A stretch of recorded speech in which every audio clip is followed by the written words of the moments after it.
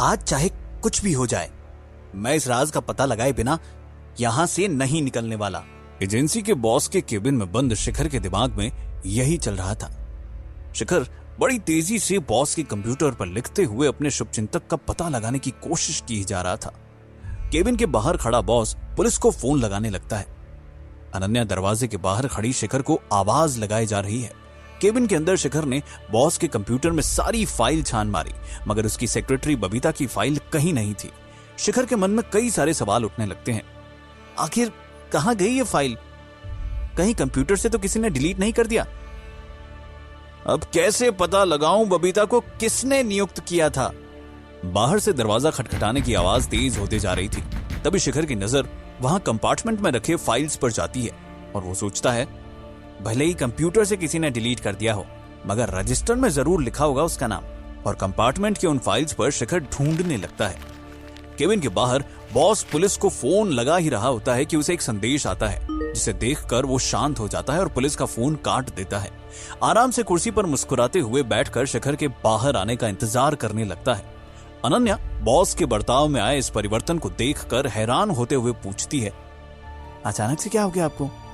आप तो पुलिस को फोन लगा रहे थे ना, क्या हो गया? तभी केबिन का दरवाजा खुलता है और हारा हुआ शिखर बाहर आता है।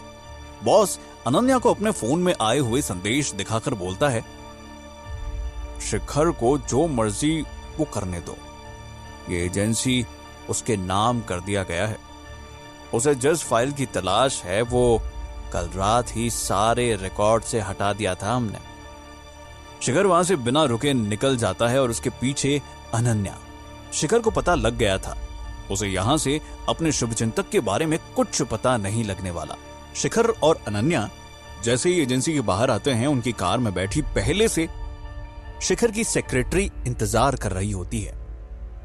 शिखर अपने हाथ को भींचते हुए सेक्रेटरी के सामने जाकर खड़ा होता है। कुछ बोलना तो चाहता है मगर बीच में ही रुक जाता है।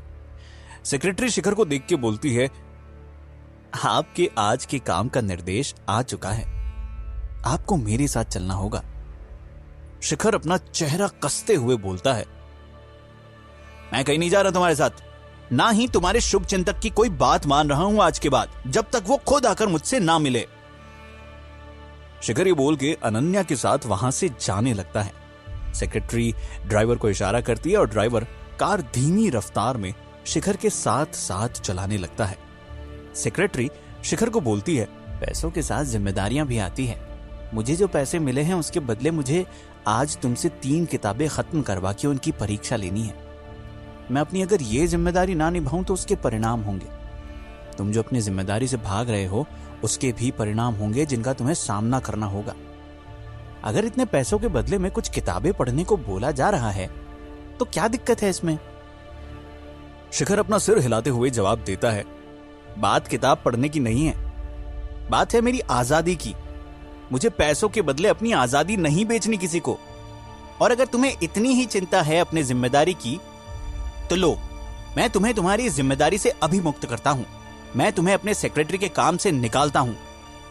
आज के बाद मेरा पीछा मत करना।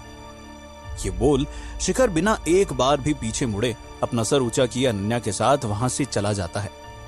अपने दोस्तों के झुंड के साथ बैठा अंकुश शिखर के बारे में ही सोचे जा रहा था। वह सड़क छाप लड़का अनन्या के करीब आए जा रहा है, हम सबकी आंखों में आंखें डाल के बात करने लगा है, और अब तो पुलिस ने भी हाथ खड़े कर दिया उसके आगे। आखिर ऐसा क्या हुआ उसके साथ जो उसकी जिंदगी एकदम से बदल गई? अंकुश और चुप नहीं रह सकता था, वो बोल पड़ा, उस सड़क छाप लड़के का तो कुछ तो करना ही होगा, हम उसे ऐसे नहीं छोड़ सकते। अंकुश की बात सुनकर एक दोस्त बोला, जब पुलिस ने उसके सामने हाथ खड़े कर दिए तो हम क्या चीज हैं? मैं तो बोलता हूं हम भी उसके सामने झुक के ही रह लेंगे आज से। एक और दोस्त इसके समर्थन में बोला, मुझे भी ये सही लग रहा है, आखिर क्यों पंगे लेना उससे? अंकुश अपनी आवाज उठाते हुए बोला, मैं नहीं झुकने वाला उस सड़क छाप के सामने। जिस सड़क छाप को हम अपने उंगलियों पे नचाया करते थे, जिसे हम बस इस कारण से अपने साथ रखते थे कि उस पे हंस सके, आज वो सबके सामने हमारा मजाक उड़ा रहा है।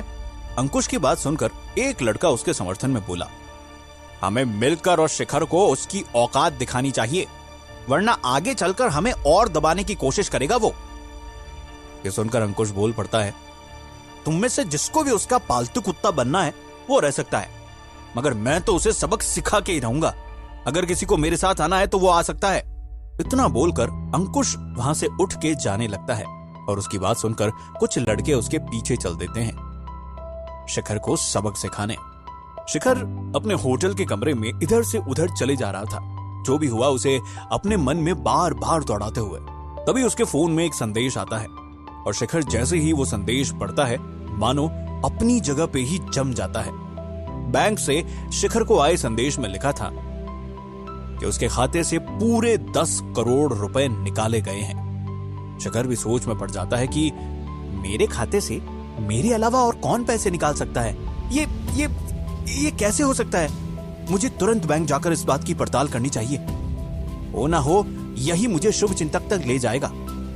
शिखर बिना समय बर्बाद किए सीधा टैक्सी में बैठकर कस्टमर सर्विस से बात करता हुआ उस बैंक तक पहुंच जाता है जहां उसके खाते से पैसे निकाले गए हैं। उस बड़े से बैंक में शिखर जैसे ही प्रवेश करता है तुरंत उसके पास एक रिसेप्शनिस्ट आती है। नमस्ते सर, मैं आस्था। आज मैं आपकी सहायता कैसे कर सकती हूँ? शिखर रिसेप्शनिस्ट को ऊपर से नीचे तक देखते हुए जवाब देता है, मैं यहाँ एक अपने खाते से जुड़ी शिकायत दाखिल करवाने आया हूँ। क्या शिकायत सर? आस्था ने सवाल उठाया। किसी ने इस बैंक की शाखा से मेरे खाते से पूरे 10 करोड़ रुपए निकाले हैं। शिखर ने सीधे सीधे जवाब दिया। शिखर का हुलिया देखकर आस्था यही सोच रही थी कि ना ही इतने खास कपड़े पहने इसने, शक्ल धूप की वजह से काली हो रखी है और उंगलियों पर खरोचों के निशान हैं। देखकर तो कोई गरीब ही लग रहा है ये। इसके पास कहां से आएंगे इतने पैसे? बस ऐसे ही वक्त बर्बाद करने तो नहीं आ गया ये यहाँ। भले ही आस्था को शिखर की किसी भी बात पे बिल्कुल भी विश्वास नहीं था, मगर बैंक से मिल रहे कच्चे खासे पगार ने आस्था को उसके सबसे अच्छे व्यवहार में ही शिखर से आगे बात करने पर मजबूर किया। आस्था अपने बाहों को छाती के सामने मोड़ते हुए पूछती है, मुझे आपके खाते का नंबर चाहिए होगा इस बात की पड़ताल करने को। शिखर को नंबर ठीक से तो याद नहीं होता है। वो अपनी जेब से फोन निकालता है जिसमें ये सारी जानकारी है, मगर शिखर का फोन बैटरी ना होने की वजह से बंद हो जाता है। पहले एजेंसी फिर इस बैंक वाले कांड की वजह से शिखर को अपना फोन चार्ज करना भी याद नहीं रहा और शिखर का फोन बंद देखकर आस्था समझ जाती है कि शिखर बस नाटक कर रहा है। आखिर इस गरीब के इतने पैसे कहां से आएंगे? शिखर की परीक्षा लेने आस्था उससे पूछती है, सर क्या मैं पूछ सकती हूँ 10 करोड़ कटने के बाद आपके खाते में अभी बकाया राशि लगभग कितनी होगी? शिखर सोचते सोचते बोलता है, 50 थे मेरे पास। 8 का ब्लू लिली होटल खरीद लिया मैंने, 2 एजेंसी को दे दिया था जो वापस आने वाले होंगे, और 10 कटने के बाद कुल 30 करोड़ बचे होंगे। शिखर की बात सुनकर आस्था तीखी आवाज में बोलती है, तुम्हें नहीं लगता कि दिखावा करने की भी एक हद होनी चाहिए? आस्था सर बोलना तो दूर अब शिखर के साथ बदतमीजी से बात करना शुरू कर चुकी थी। शिखर को आस्था से बहस करने का मन बिल्कुल नहीं था। तभी उसकी नजर वीआईपी रिसेप्शन रूम के टंगे बोर्ड पर पड़ती है और वो उस ओर बढ़ जाता है। आस्था एक पल के लिए दंग रह जाती है, फिर शिखर के पीछे जाते हुए चिल्लाती है, सिक्योरिटी! मगर आस्था को शिखर को रोकने में देर हो गई थी। शिखर उस कमरे के आधे खुले दरवाजे को धक्का मार के अंदर घुस जाता है। अंदर कमरे में एक 40 साल का आदमी डेस्क के पीछे बैठे शिखर की ओर देखता है। शिखर को वहां देख के वो भी चौंक जाता है। फिर उसकी आंखें कमरे के अंदर आई आस्था पर पड़ती है। आस्था माफी मांगते हुए बोलती है, मैं अभी इसे यहाँ से लेकर जाती हूँ, और शिखर का हाथ पकड़कर उसे खींचने लगती है, मगर शिखर वहां से हिलता भी नहीं। डेस्क के पीछे बैठे मैनेजर महात्रे बोल पड़ते हैं, आस्था, ये कौन सा तरीका है हमारे वीआईपी ग्राहकों से बात करने का? शिखर सर आइए, मैं कब से आप ही का इंतजार कर रहा था। मैनेजर महात्रे की इस बात को सुनकर शिखर और आस्था दोनों चौंक जाते हैं। मैनेजर आस्था को बाहर भेजते हुए शिखर को सामने वाली कुर्सी पर बैठने को बोलता है। शिखर टूटे शब्दों में बात करते हुए पूछता है, मगर आपको कैसे कि मैं? मैनेजर अपनी कुर्सी में सिकुड़ते हुए बोलता है, मुझे जैसे ही आपके खाते से 10 करोड़ निकालने का आदेश मिला, साथ ही उन्होंने ये भी बताया था कि आप भी थोड़ी देर में यहां आओगे, पूछताछ करते हुए शिखर को कुछ समझ नहीं आ रहा था। कौन था वो जिसने आपको ये आदेश दिया? और इतने बड़े बैंक के मैनेजर होने के बावजूद भी आप उसे मना नहीं कर पाए? मैनेजर महात्रे एक गंभीर चेहरे के साथ बोलते हैं, वो चाहे तो पल भर में इस पूरे बैंक को खरीद कर मुझे काम से निकाल सकते हैं। मैं पिछले 20 साल से इसी बैंक में काम कर रहा हूं। मैं उनकी बात नहीं मानता तो क्या करता, तुम ही बताओ। शिखर चीखते हुए पूछता है, आखिर कौन है वो? मैनेजर महात्रे सरलता से जवाब देते हैं, आपका शुभ चिंतक। शिखर को फिर वही बात सुनकर पता लग गया था कि उसे यहां से भी कोई सुराग नहीं मिलने वाला। उसका मन तो कर रहा था कि डेस्क पर रखा सारा सामान उठाकर फेंक दे, मगर अपने गुस्से को काबू में रखते हुए वो कमरे से निकल जाता है। जैसे ही शिखर बैंक के बाहर निकलने वाला होता है, आस्था उसके सामने आती है और झुककर उससे माफी मांगने लगती है, मगर शिखर गुस्से में बिना कुछ बोले उसे नजरअंदाज करते हुए वहां से निकल जाता है। शिखर देर रात को टैक्सी से होटल पहुंचता है और बाहर निकलकर ड्राइवर को जैसे ही पैसे देता है, कोई भागते हुए आता है और उसका बटुआ और फोन हाथ से छीनकर भागने लगता है। शिखर 2 पल के लिए अपने आप को संभालता है गिरने से, फिर तुरंत उस चोर के पीछे भागने लगता है। चोर भागते हुए सामने की गली में घुस जाता है। शिखर भी उसका पीछा करते हुए गली में घुस जाता है। गली में अंदर तक दीवार होती है और चोर भागते हुए दीवार के पास जाकर रुकता है। उसके सामने आगे भागने का कोई रास्ता नहीं है, वो फंस चुका है। ये देखकर शिखर भी हांफता हुआ रुकता है और पूछता है, मुझे मेरा बटुआ और फोन वापस कर दो, बदले में मैं कुछ नहीं करूंगा, तुम जा सकते हो। तभी सामने खड़ा नकाबपोश चोर जोरों से हंसने लगता है। शिखर की भी दिल की धड़कन तेज हो जाती है जब उसे ऐसा आभास होता है कि उसके पीछे कुछ और लोग खड़े हैं। शिखर मुड़कर देखता है तो 4 नकाबपोश गुंडे सुनसान गली में उसकी ओर बढ़े चले आ रहे थे। ये देखकर शिखर को मानो कोई सांप सूंघ गया हो। उसे समझ ही नहीं आ रहा था कि क्या चल रहा है, क्यों इन गुंडों ने उसे घेर रखा था।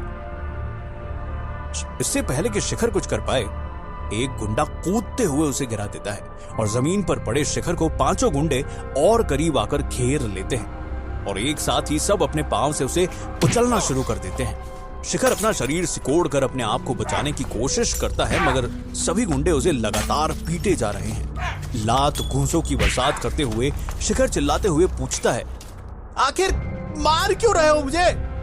उन गुंडों में से एक जवाब देता है, तुझे तेरी औकात दिखाने के लिए। तेरी जो औकात है उसी में रहेगा तू हमेशा। आज के बाद अपनी औकात के बाहर कुछ करने की कोशिश की तो यही होगा फिर से तुम्हारे साथ। शिखर के शरीर का एक भी हिस्सा नहीं बचा था जहां से खून नहीं निकल रहा हो। थोड़ी देर में शिखर और दर्द सहन नहीं कर पाता है और वो बेहोश हो जाता है। शिखर को अधमरा देखकर वे गुंडे रुकते हैं और सभी एक एक कर अपना नकाब उतार देते हैं। ये अंकुश और उसके साथी ही थे। अंकुश बोलता है, चलो जल्दी निकलो यहां से, अब तो इसने अपना सबक सीख ही लिया होगा। और सब के सब वहां से भाग जाते हैं, शिखर को लहूलुहान वहीं छोड़कर। अब क्या होगा शिखर का? क्या यही था शिखर का अंत? और कौन है वो शुभ चिंतक जो हमेशा शिखर से एक कदम आगे रहते हुए उसे मात दिए जा रहा था? आगे जानने के लिए सुनते रहिए मिलियनेयर डिलीवरी बॉय, सिर्फ पॉकेट एफएम पर।